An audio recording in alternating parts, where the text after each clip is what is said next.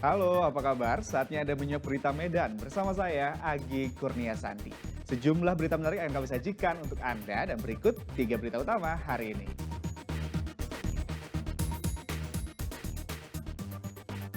Air Sungai Blumai di Kabupaten Deli Serdang kembali meluap. Warga mulai terserang penyakit dan peternak pun merugi.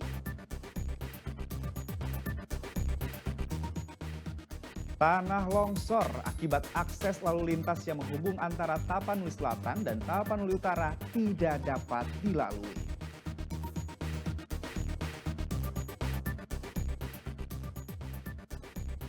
Dilanda longsor terjadi di Mandailing Natal, akses jalan utama menuju 3 desa tertutup.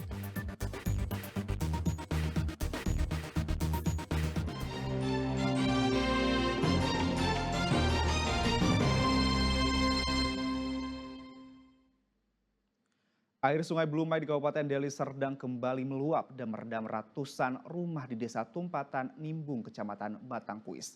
Dampak akibat banjir, warga mulai terserang penyakit dan peternak pun merugi. Luapan air Sungai Blumai di Kabupaten Deli Serdang kembali terjadi. Banjir yang datang pada Sabtu dini hari itu merendam ratusan rumah di Desa Tumpatan Nibung, Kecamatan Batangkuis, dan tinggi air mencapai setinggi lutut orang dewasa. Derasnya hujan membuat sungai meluap hingga mengakibatkan jebolnya tanggul parit. Warga tak menyangka banjir kembali datang, karena pada hari Kamis sebelumnya banjir sempat surut. Hingga kini, ratusan kepala keluarga terdampak banjir. Warga mengaku belum menerima distribusi makanan dan minuman, bahkan posko pengungsian yang layak sebagai tempat pengganti rumah mereka yang terendam banjir.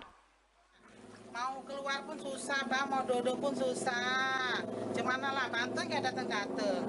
Kita mau beli makanan di luar, uang nggak ada. Uang pas-pasan aja, Bang.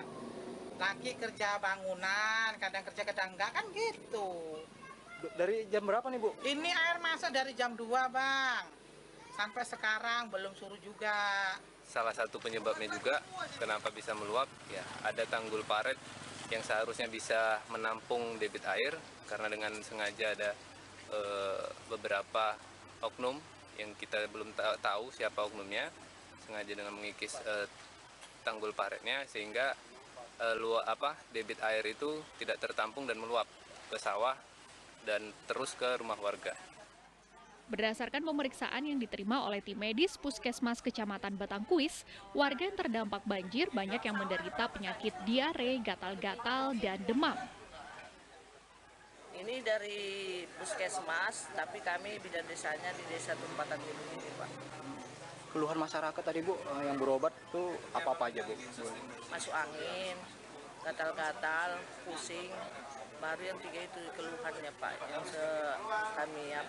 kami layani. Nah, ini untuk posko ini, Bu, berapa lama didirikan di sini, Bu? Tengok keadaan lah, Pak. Kalau nanti surut airnya bisa 1 hari, bisa 2 hari, tergantung airnya, Pak. Selain merendam ratusan rumah, juga berdampak buruk bagi peternak. Peternak ikan lele di Dusun 5B, Desa Tumpatan, Kecamatan Batangkuis, kini merugi. Ternak lele sebanyak 200 ekor lebih di samping rumah warga kini tak lagi ada. Air di dalam kolamnya terbawa arus sungai. Ya sekitar 80 cm. Kolam lele tadi sudah berapa lama, Bang? Memang ternak lele atau gimana? Ternak ini, Bang. Itu Dari ada kapan? 5 bulan lah. 5 bulan. Mau dipanen gitu ya? Iya, rencana minggu ini mau dipanen, ada saudara mau datang gitu. Berdasarkan dari data Badan Penanggulangan Bencana Daerah BPBD Kabupaten Deli Serdang, tinggal 1 desa dari 7 desa yang masih terendam banjir, yaitu Desa Tumpatan Nibung, Kecamatan Batangkuis. Sementara terkait jumlah korban berjumlah 300 kepala keluarga. Muhammad Hamdani melaporkan dari Deli Serdang. Satuan Narkoba Polres Pelabuhan Belawan menggerebek kampung narkoba di kawasan Kompleks Yuka, Kecamatan Medan, Marelan, Kota Medan. Dalam penggerebekan ini, 3 orang berhasil ditangkap beserta barang bukti narkoba. Penangkapan pun berlangsung secara dramatis. Satuan Narkoba Polres Pelabuhan Belawan, Kota Medan menggerebek komplek Yuka, Kecamatan Medan Marelan. Penggerebekan yang dilakukan pada Rabu sore berlangsung dramatis. Polisi melakukan penangkapan di rumah salah seorang pelaku dengan disaksikan warga sekitar.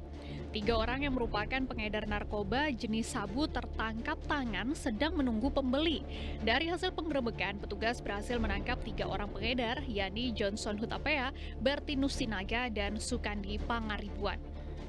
Polisi pun menyita 5 paket sabu-sabu yang sudah dikemas dalam plastik klip. Dari laporan masyarakat, Sat Narkoba melaksanakan GKN di Komplek Yuka, berhasil mengamankan 3 orang pengedar narkotika. Mulai periode Januari hingga Oktober 2024, polisi sudah menangkap 9 orang pelaku di kawasan Kampung Narkoba Komplek Yuka, Kecamatan Medan Marelan, Kota Medan. Muhammad Hamdani melaporkan dari Medan. Petugas Bea Cukai Teluk Nibung, Tanjung Balai meringkus penyeludupan 5 kg sabu-sabu. Barang itu ditemukan oleh anjing pelacak petugas.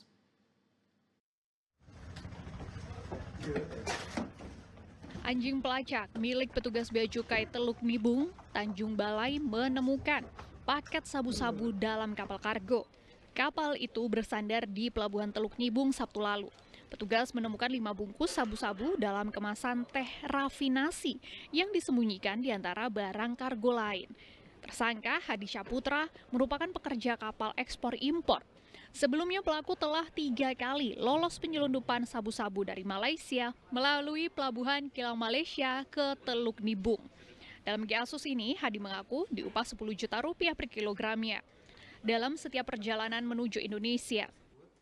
Kami lakukan pemeriksaan karena pada saat itu belum bisa dilakukan pemeriksaan di laut, maka kapal kami arahkan ke arah pelabuhan dan kemudian di pelabuhan itulah dilakukan pemeriksaan secara fisik dan pada saat pemeriksaan ditemukan adanya 5 bungkusan yang sebagaimana temuan tadi yang kemudian setelah dilakukan pemeriksaan secara alat narkotika ditemukan sebagai sabu atau metamfetamin.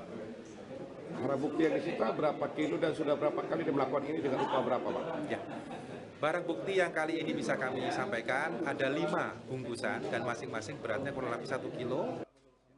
Barang bukti dan tersangka telah diserah terimakan ke Mapolres Tanjung Balai. Polisi masih menginterogasi tersangka untuk pembongkaran nama lain penerima sabu-sabu serta pengirimnya. Tutia Lewelubis melaporkan dari Tanjung Balai. Berhati-hati jika berkenalan dengan orang lain di media sosial. Kenalan di media sosial, seorang perempuan di Padang Sindimpuan dianiaya kemudian diperkosa oleh pria asal Bekasi, Jawa Barat.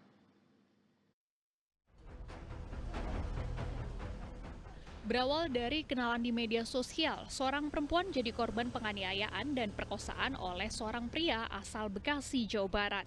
Korban mendapat 12 jahitan di bagian kepala akibat penganiayaan berat.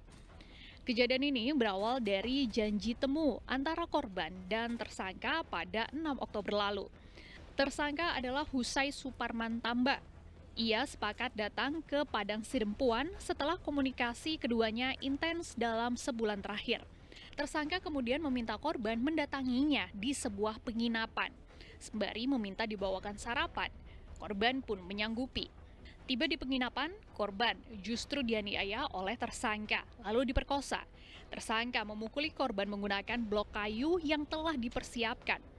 Korban akhirnya lolos dari penganiayaan ini setelah berteriak meminta tolong warga. Pelaku ini merupakan laki-laki pendatang, bukan orang tempatan, sehingga bermohon kepada korban agar datang ke Hotel Manijau. Tiba di hotel dengan membawa nasi bungkus, kemudian pelaku membawa korban ke kamarnya, kemudian mendorong korban ke tempat tidur, kemudian melakukan kekerasan seksual, menganiaya korban dan memperkosanya. Kemudian setelah itu korban sedih dan menangis dan terjadi pertengkaran, percekcokan antara mereka berdua. Kemudian pelaku memukul kepala korban menggunakan kayu sehingga mengalami luka robek di bagian kepala sebanyak 12 jahitan.